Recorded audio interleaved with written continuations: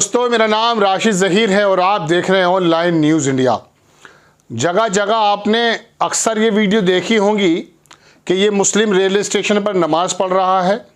लुलु माल तो मशहूर इसलिए हो गया कि वहाँ नमाज़ पढ़ी गई, और रेलवे स्टेशन हो, कोई मॉल हो, कोई सार्वजनिक जगह हो, नमाज़ पढ़ना ऐसा महसूस देने लगा था कि शायद क्राइम हो।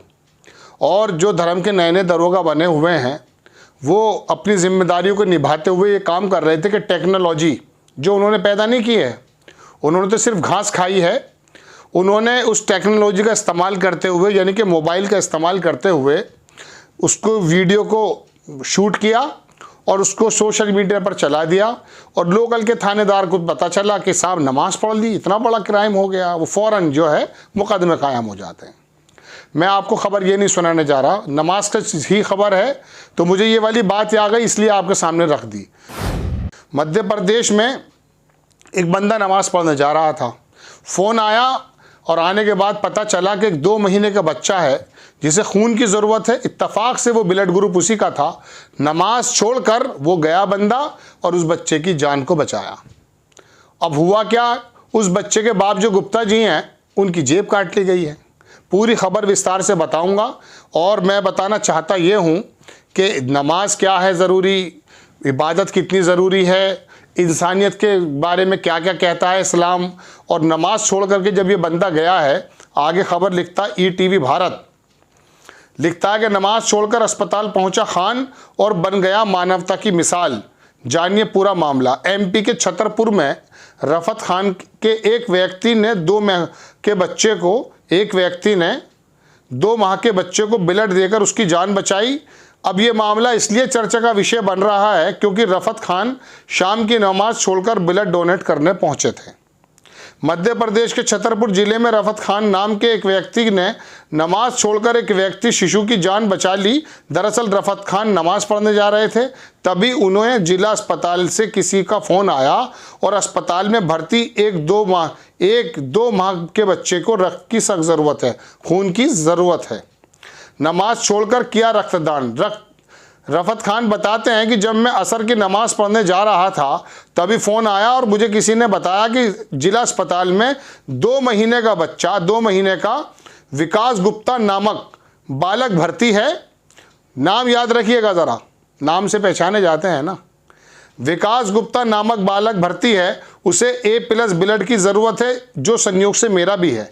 इसलिए मैंने तय किया कि मैं नमाज छोड़कर बच्चों को रक्त देने जाऊंगा क्योंकि किसी की जान बचाना खुदा की इबादत से कम नहीं। भर्ती बच्चे के पिता से हुई थी ठगी, ये भी पूरी बात सुन लीजिए, उसके बाद मैं नमाज पे बयान करूंगा मतलब बताऊंगा। भर्ती बच्चे के पिता जितेंद्र गुप्ता बताते हैं कि उनके 2 महीने का बेटा विकास बीमारी के चलते जिला अस्पताल में भर्ती है। दोपहर 1 बजे डॉक्टर ने उसे कहा कि अपने बेटे को ब्लड की ज़रूरत है, आपके बेटे को।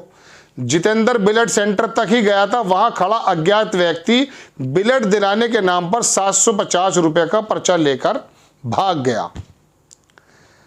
ठगी का शिकार होने के बाद जितेंद्र अज्ञात व्यक्ति को कई घंटे तक ढूंढता रहा लेकिन वो नहीं मिला। परेशान होकर उसने अपने साथ हुई घटना अपने एक रिश्तेदार को बता दी। अस्पताल पहुंचे रिश्तेदारों ने गंभीरता देखते हुए तुरंत आपा हुजूर ब्लड बैंक चलाने वाले रफत खान के ब्लड की मदद मांगी, जिसके बाद बच्चे की जान बच गई।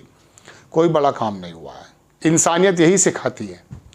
नमाज किसी हाल में छोड़ना गलत है, लेकिन मुस्लिमों के नबी, पूरी दुनिया के नबी हुजूर पाक का एक मकौला, एक कही हुई बात हदीस में आपको बताता हूँ। उन्होंने कहा कि मैंने ईशा की नमाज की नियत बांध रखी हो। ईशा की नमाज दरअसल बड़ी होती है और मेरी माँ मुझे बुलाए मोहम्मद कह के तो मैं नमाज तोड़कर चला जाऊँगा अपनी माँ की बात सुनने। माँ बाप का भी यही अधिकार है और इंसानियत का भी यही अधिकार है।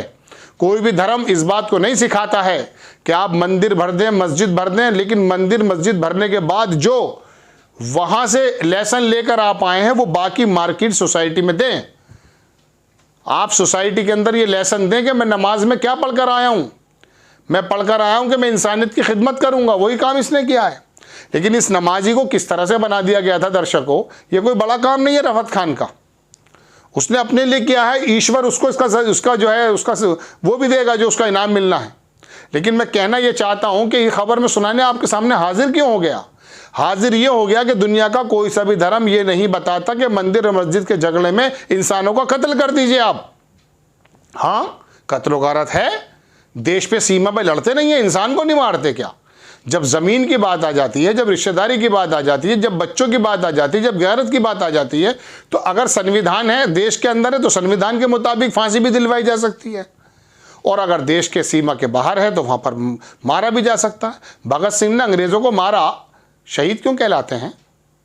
गॉडसे ने गांधी को मार दिया था, दोनों एक थोड़ी ना हो जाएंगे।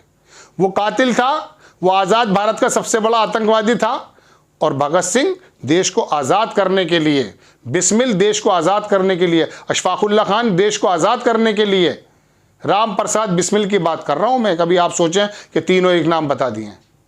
कहने का मतलब ये कि वो लोग कौन थे?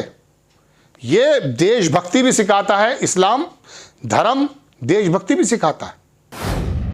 लेकिन आप नए नए दरोगा बने, अंग्रेज़ों से तो आपसे हिम्मत हुई नहीं फेस टू फेस करने की। वहाँ तो आप माफ़ी वाले लेटर लिख रहे थे, यहाँ नमाज़ पढ़ते वाले लुलू माल के अंदर नमाजी पकड़ते हैं आप। रेलवे स्टेशन पर नमाज का समय होता है, दर्शकों आपको मालूम है कि वो एक लिमिटेड टाइम के अंदर होती है, बाकी कज़ा हो जाती है। लेकिन ऐसा इंसिडेंट अगर हो जाता है तो नमाज भी छोड़ी जा सकती है, रोज़ा भी तोड़ा जा सकता है, सारे काम किए जा सकते हैं। तो दर्शकों, बड़ी खबर इसका जिक्र इसलिए नहीं होगा चूँकि जोड़ने की बात करती है। आपको तो तोड़ने की खबरें ज़्यादा समझ में आती हैं। मैं आप में से कुछ लोगों से मुखातिब हूँ, और तोड़ने वाले नेता भी समझ में आते हैं। उन्हीं लोगों ने तो इस भारत को तोड़ने की कोशिशें कर रखी हैं कि नमाज पढ़ना जुर्म, यात्रा निकालना कोई जुर्म नहीं है। नरोत्तम मिश्रा मध्य प्रदेश का ही तो गृह मंत्री है। क्या बोलते हैं वो कि पत्थर बना दूंगा, ढेर बना दूंगा उन घरों को। ये लैंग्वेज गृह मंत्री की है। आप कहिए कि अगर पत्थर किसी ने चलाए हैं यात्रा पर कहीं पर भी, संविधान के मुताबिक उसको जो सज़ा होगी वो दिलवाऊंगा। आप ढेर बना देंगे।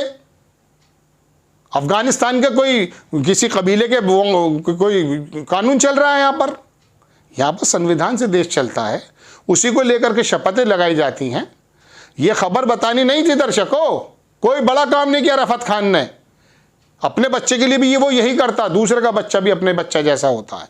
सारी दुनिया के धर्म यही सिखाते हैं। हिंदुइज्म के मानने वाले पूरे हिंदुस्तान के अंदर प्याऊ लगा चुके, धर्मशाला बना चुके, अस्पताल बना चुके। पैसा उन्हीं के पास था, खर्च कर रहा दोनों हाथों से, इंसानियत के लिए पैसा खर्च करते हैं वो लोग।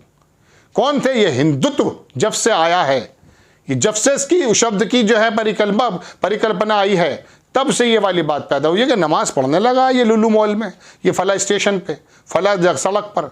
इस नमाज ने तो नमाज छोड़ करके जो है वहाँ पर किसी गुप्ता जी के बच्चे की जान बचा दी। अब क्या करेंगे? वो अमीश देवगन अगर इस खबर को सुन रहा है और गैरत बाकी है तो बता दे कि असल डीएनए हिंदुस्तान का ये है। आपको खबर कैसी लगी अपनी राय कमेंट्स बॉक्स में ज़रूर दीजिए। चैनल को सब्सक्राइब कीजिए, शेयर कीजिए। नेक्स्ट टाइम किसी खबर के साथ आता हूँ। जय हिंद। इस खबर को अभी लाइक करें, शेयर करें, अभी चैनल को सब्सक्राइब करें और घंटी जरूर दबाएं।